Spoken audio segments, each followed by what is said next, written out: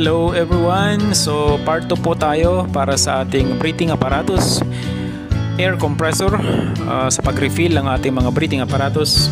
So part 2, pagpalit naman ngayon ng kanyang lube oil. Change oil po tayo ngayon. Ang una is change filter. Today is we're going to change the lube oil. Ayan. So makikita nyo sa ilalim yung drain plug ng langis. Ayan po siya, yung may tornilyong yan. So it's not a securing bolt para sa compressor, bagkus ito po ay isang drain plug. Ayan, plug po yan para tumulo ang mga lumang langis. Ayan. So madali lang tanggalin yan. You can use a spanner or adjustable wrench. Matanggal yan kaagad. So prepare lang kayo ng pangsahod. Hindi naman ganun karami ang langis na makukuha nyo. As approximately about 150 to 200 ml lang yan, maliit lang yan.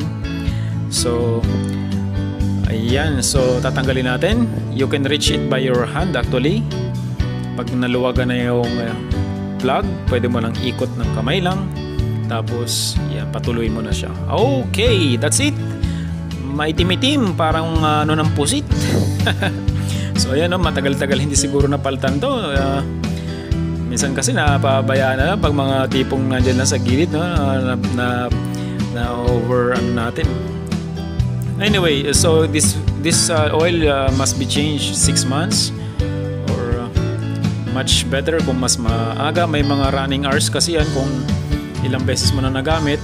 So parang sa sasakyan din yung mga maintenance. Sundan lang po natin yung maintenance program ng gumawa ng compressor na to. The maker is Bauer Junior 2 ang kanyang model.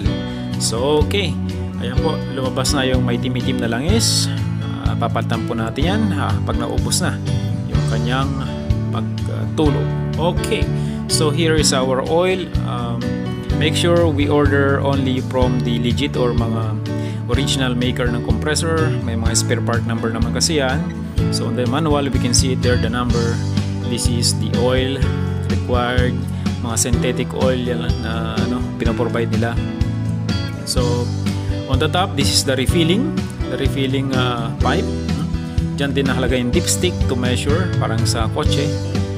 Okay, yan yung pang natin, pang sukat para malaman natin kung sapat pa ba yung lamang langis doon sa kanyang lagayan, no?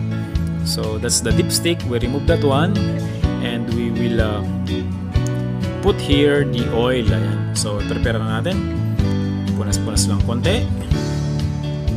So ayan, no, papakita ko lang sa inyo yung dipstick. That's the indicator, the min max. Max yung sa taas, minimum sa baba. So ganun lang kakunti yung ipupuno nating langis sa kanyang tangke, no? Hindi kailangan punuin ng todo yan. Minimum doon sa pinakang ilalim and maximum doon sa pinakang taas na guhit. Okay, this is the embudo. Isaksak na natin dyan. Saksak. Alright, so I think we're ready for the refilling ng ating bagong langis. Ayan, itinaktak na po. Okay, malinis-linis pa yung ating synthetic oil, fresh from the bottle. So make sure, no, ma-estimate natin na gandun lang sa tamang guhit. Minimum, maximum, or pwede ka dun sa gitna. Min-max. Alright, so check natin kung tama ba yung ating nilagay na langis. Dapat sakto lang dun sa gitna ng guhit. Okay, as per manual, dun tayo sa gitna para mas safe tayo, no?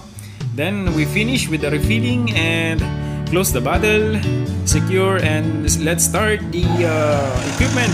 Make it run for a couple of minutes para mag-circulate yung langis na nilagay natin.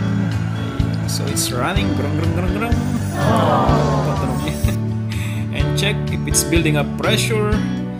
Alright, so I think we did a good job here. We completed with the full maintenance of the compressor, changing the filter, changing the oil, and make it run for a couple of minutes to see if it's still working good as new. Alright, so we finished the job. Thank you very much for watching, and I hope the aspiring third officer someday will save this video para meron kayong reference kung sakaling makalimutan. Bye-bye!